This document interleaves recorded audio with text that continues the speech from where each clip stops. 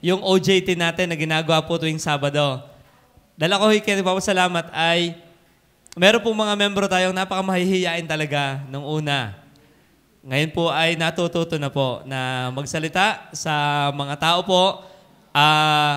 Nasa Barangay Bilogo po kami kahapon and nakakatuwa ho yung amin si CJ ho, ang aking ipagpapasalamat din. Ang bata rin, yung alam niyo parang uuga-uga lang lagi dati. Yung parang yun ang kanyang personality, parang si Cobra Prince. Pag abay kahapon yan nagwi-witness na po ito sa... Doon pa naman yung doon ko dinala ito sa bahay po na, doon po sa Bilogo, meron diyang suplado na bahay. Nasa bungad pa lang kami. Abay ito yung kahapon kabait.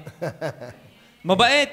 Pero hindi pala yung may-ari. Yun yung bantay ng may-ari. At yung pong matandang dating kontrabida doon po ay may sakit na pala. Kaya hindi po kami napigil pumasok sa bahay. So si CJ po ang nagsalita. Yeah. Kaya ako natutuwa ay ang soul winning po sa totoo lang po ay nakakatuwa dahil nakaka-develop siya ng una, spiritually sa atin, maging yung ating personality, yung pagiging yung personalidad na mahihiyain, nahihirapang humarap sa tao. Kaya po yung nagpapasalamat sa Panginoon at sa Bilogo po ng Batangas ay maraming binubuksan po ang Diyos na mga tahanan. Kung kayo po ay nais sumama ngayong bakasyon, kayo po ay welcome na welcome. Yan naman po ay kalahating araw lamang at after that po ay pwede na tayong umuwi. Dahil po ang dami po talaga ng tuturuan, ang kulang huy kami. Sa totoo yung Bible verse po, totoong nakita ko laging, tunay lagi yon, ang harvest ay plenteous but the laborers are few. And hindi mo po kailangan na tayo worker para tayo makapag-handle ng Bible study. So ako po ipapasalamat maging sa aking pong pamilya, sa aming mag-asawa.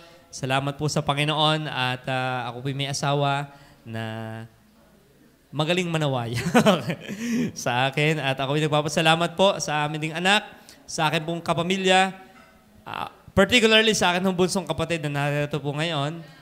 At kanina nung ako nagpapaawit at yung umawit yung nais mag-asawa ay taas ang kamay pa ng aking kontent. At ako natutuwa po na tinutugon po ang dalangin. O tayo po sa aming pamilya. And